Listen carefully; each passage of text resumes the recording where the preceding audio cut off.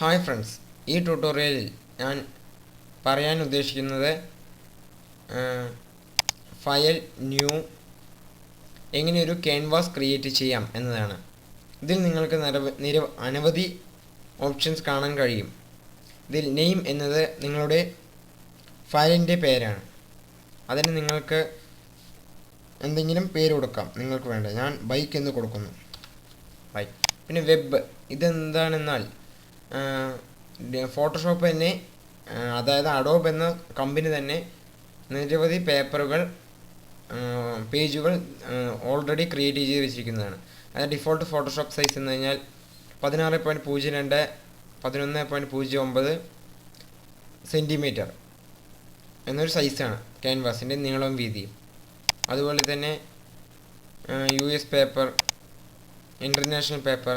നമ്മൾ ഉപയോഗിക്കുന്നത് വെബാണ്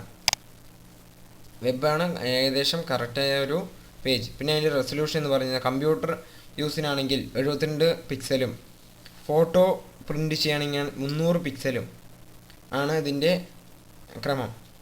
പിന്നെ RGB എന്നത് കമ്പ്യൂട്ടർ ഫോർമാറ്റാണ്, അതായത് red, green, blue.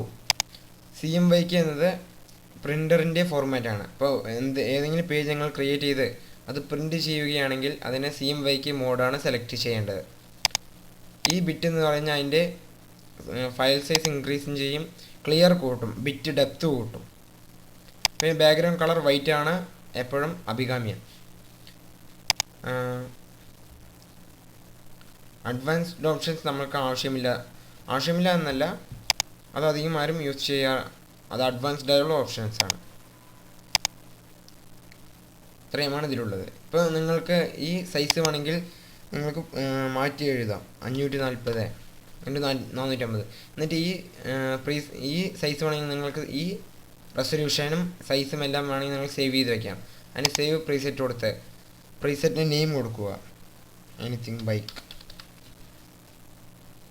Then okay, ഇതിൽ വേണ്ടത് നിങ്ങൾക്ക് സെലക്ട് ചെയ്യാം. റെസൊല്യൂഷൻ, മോഡ്, ബിറ്റ് ഡെപ്ത്, ഇതെല്ലാം ഇതിൽ സേവ് ആയി കിടക്കുന്നതാണ്. ഓക്കെ, ഇനി അടുത്ത പ്രാവശ്യം നിങ്ങൾക്ക് ഓപ്പൺ ചെയ്യുമ്പോൾ നിങ്ങൾക്കൊരു ബൈക്ക് കുറഞ്ഞ് കിട്ടുന്നതാണ്. ഇതിൽ നിങ്ങളുടേതായുള്ള 540, 480, 16 ബിറ്റ് ആയിട്ടുള്ളതൊരു കിട്ടുന്നതാണ്. ഈ പേജിൻ്റെ ഒരു അപ്രോക്സിമേറ്റ് സൈസാണ് 1.48 MB എന്ന് പറയുന്നത്. നിങ്ങൾ ജസ്റ്റ് ഓക്കെ കൊടുത്തു കഴിഞ്ഞാൽ നിങ്ങൾക്ക് ആ സൈസിലുള്ളൊരു വൈറ്റ് പേജ് കിട്ടുന്നതാണ്. ഇത് ബാക്ക്ഗ്രൗണ്ട് പേജ് ആയിരിക്കും, ലോക്ക്ഡ് ആയിരിക്കും. ഈ ലോക്ക് എടുത്തു മാറ്റാൻ ഡബിൾ ക്ലിക്ക് ചെയ്ത് ഓക്കെ കൊടുത്തു കഴിഞ്ഞാൽ നിങ്ങൾക്ക് ഈ ലെയർ അൺലോക്കായി കിട്ടും. ഇത് എന്തിനാണ് അൺലോക്ക് ചെയ്യുന്നതെന്ന് വെച്ചാൽ നിങ്ങൾക്ക് ഈ പേജ് ഇങ്ങനെ മൂവ് ചെയ്യാം. അത് ലോക്കാണ് വെച്ചാൽ പറ്റില്ല. അൺഡു ചെയ്യാൻ ഫോട്ടോഷോപ്പിൽ Ctrl+Alt+Z ആണ്. അപ്പോൾ ബാക്ക്ഗ്രൗണ്ട് ലെയർ ലോക്ക്ഡ് ആണ്.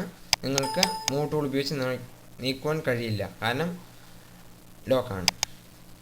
Double click, unlock, then you can move it. Okay friends, thank you. അടുത്ത ട്യൂട്ടോറിയലിൽ ഞാൻ മാർക്ക് ടൂൾ, സെലക്ഷൻ ടൂൾസ് എന്നിവയെക്കുറിച്ച് പഠിപ്പിച്ചു തരുന്നതാണ്.